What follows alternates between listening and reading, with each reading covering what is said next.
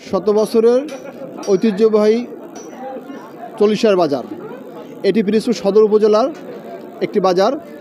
এখানে আগাম শীতকালীন সবজির সরবরাহ প্রচুর হওয়ায় অনেক দাম কমেছে। প্রতি সবজি কেজিতে 10 থেকে শুরু করে 40-50 টাকা পর্যন্ত দাম কমেছে, যার ফলে সাধারণ ক্রেতারা স্বস্তির ভিতর থেকে শীতকালীন সবজি কিনছে। আমরা বাজারে ঘুরে দেখেছি এবং যারা ক্রেতা এবং বিক্রেতা উভয়ের সাথে কথা বলে যেমনটা জানতে পেরেছি, গত হাটে যেসব সবজি 100 টাকা, 120 টাকা, 80 টাকা বিক্রি হয়েছে, সেগুলি প্রতিটা সবজিতে 10 টাকা, 15 টাকা, 20 টাকা কমে যাওয়ার ফলে ক্রেতারা স্বস্তি নিয়েই বাজারঘাট করছে। দাম মাঝারি, বেশিও না কমও না। লাউ, পেঁপে, পালং শাক, লাল শাক, এই আর কিছু না।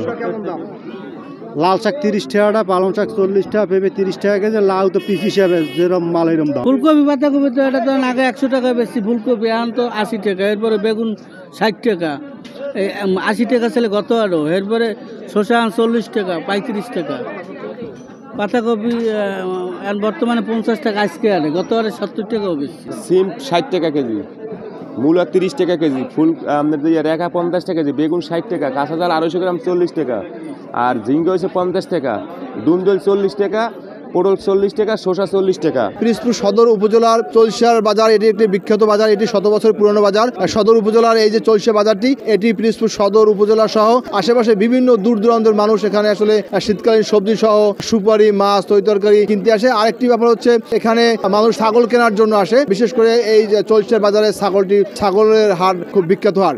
তো এই ছিল পিরোজপুরের চলশা বাজার থেকে আমার কাছে সর্বশেষ। জিয়াউল হক জিয়া, সময় সংবাদ, পিরোজপুর।